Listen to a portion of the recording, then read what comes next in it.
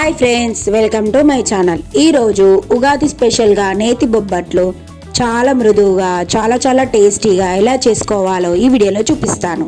మీకు కూడా ఇలా మృదువుగా చాలా టేస్టీగా రావాలంటే ఒక్కసారి నేను చేసే విధంగా ట్రై చేయండి. ఇక ఆలస్యం చేయకుండా వెంటనే చేసి చూపిస్తాను, పదండి. ఇప్పుడు కుక్కర్ తీసుకొని దీనిలో 2 కప్పుల దాకా శనగపప్పు వేసుకోండి. పప్పుని 2-3 సార్లు శుభ్రంగా వాటర్తో కడిగి కుక్కర్ మూత పెట్టి స్టవ్ ఆన్ చేసి ఒక 2-3 విజిల్స్ వచ్చే వరకు ఉడికించుకోండి. విజిల్స్ వచ్చే వరకు చపాతీ పిండికి కలుపుకుందాం. ఇప్పుడు ఒక బౌల్ తీసుకొని నేను ఇక్కడ 2 కప్పుల దాకా గోధుమ పిండి అలాగే 1 కప్పు దాకా మైదా పిండి తీసుకున్నాను. ఇందులో కాస్త సాల్ట్ వేసుకోండి. ఇందులోనే 1 టేబుల్ స్పూన్ దాకా ఆయిల్ వేసుకోండి. ఒక్కసారి అంతా కలుపుకోండి. చాలా మంది చాలా ఎక్కువగా మైదా పిండితో చేస్తారు ఈ బొబ్బట్లు, కానీ గోధుమ పిండి హెల్త్కు మంచిది కాబట్టి నేను ఇక్కడ గోధుమ పిండితో చేస్తున్నాను.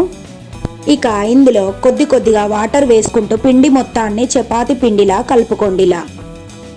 ఇక లాస్ట్ 2 టీ స్పూన్ దాకా నెయ్యి వేసుకొని కలుపుకొని మూత పెట్టి పక్కన పెట్టుకోండి. ఇక్కడ చూడండి, విజిల్స్ కూడా వచ్చాయి, అంటే పప్పు కూడా ఉడికింది. మూత తీసి చూపిస్తాను చూడండి. పప్పు మొత్తాన్ని ఒక్కసారి ఇలా గరిటెతో కలుపుకోండి. నేను ఇక్కడ చూపిస్తున్నాను చూడండి. పప్పు ఇలా ఉడికిపోతే సరిపోతుంది. ఇప్పుడు ఈ పప్పు మొత్తాన్ని ఒక బౌల్లో వేసుకోండి. ఇది కాస్త చల్లారే వరకు మనం బెల్లం తురుముకుందాం. చూడండి, నేను ఇక్కడ 1/4 కిలో బెల్లాన్ని తీసుకొని కట్ చేసుకుంటున్నాను. ఇలా ఈ బెల్లాన్ని మొత్తాన్ని కట్ చేసి పక్కన పెట్టుకొని ఇక పప్పు చల్లారిన తర్వాత మిక్సీ బౌల్ తీసుకొని పప్పు కొద్దిగా వేసి దానికి తగినంత బెల్లం వేసుకోవాలి.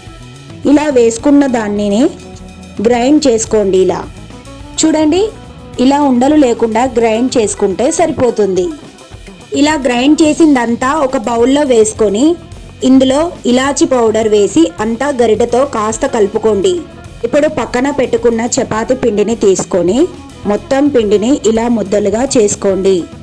ఒక పిండి ముద్దని తీసుకొని కాస్త ప్రెస్ చేసుకొని ఇందులోనే పక్కన పెట్టుకున్న పూర్ణంని తీసుకొని మనకి ఎంత సరిపోతుందో అంతే లోపల పెట్టేసి ఇలా ఇక్కడ చూపించినట్లు క్లోజ్ చేసుకోండి. ఇలా కాస్త పొడిపిండిని వేసుకొని నిదానంగా ప్రెస్ చేసుకుంటూ చపాతీలను చేసుకున్నట్లుగా చేసుకోండి. ఇలా కానీ చాలా నిదానంగా చేసుకోండి, ఎందుకంటే లోపల ఉన్న పూర్ణం బయటికి రాకుండా చేసుకోండి. ఇలా చేసుకొని ఒక ప్లేట్లో పెట్టుకొని అలాగే మళ్ళీ మరొక పిండి ముద్దను తీసుకొని కాస్త ప్రెస్ చేసి పూర్ణం తీసుకొని మనకి ఎంత సరిపోతుందో అంతే పెట్టేసి ఇలా క్లోజ్ చేసుకోండి. కాస్త పొడిపిండి వేసుకుంటూ నిదానంగా ప్రెస్ చేసుకుంటూ చపాతీలను చేసుకున్నట్లు చేసుకోండి. ఇలాగే పిండిని మొత్తాన్ని చేసేసుకొని పక్కన పెట్టుకోండి.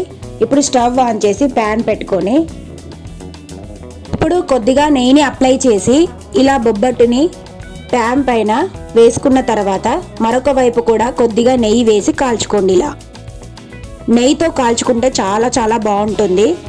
ఒక సైడ్ కాల్చిన తర్వాత వెంటనే మరొక వైపు తిప్పుకొని 2 వైపులా మంచిగా కాల్చుకోండి. ఇలా కాల్చుకున్న తర్వాత ప్యాన్ పై నుంచి తీసి ఒక ప్లేట్లో పెట్టేసుకోండి. ఇంకా సేమ్ ఇదే విధంగా అంతా బొబ్బట్లు అన్నింటినీ కాల్చుకోండి. మరి చూసారు కదండి, చాలా మెత్తటి బొబ్బట్లు ఎలా చేసుకోవచ్చో. ఈ వీడియో మీకు నచ్చిందనిపిస్తే మన ఛానల్ని సబ్స్క్రైబ్ చేసుకోండి. అలాగే లైక్ చేసి షేర్ చేయండి మీ ఫ్రెండ్స్ అండ్ ఫ్యామిలీ మెంబర్స్కి. మా అబ్బాయి అయితే ఎప్పుడెప్పుడైతే తిందామా అని చూస్తున్నాడు. చూడండి, మా అబ్బాయికి ఇస్తాను, తిని చెప్తాడు.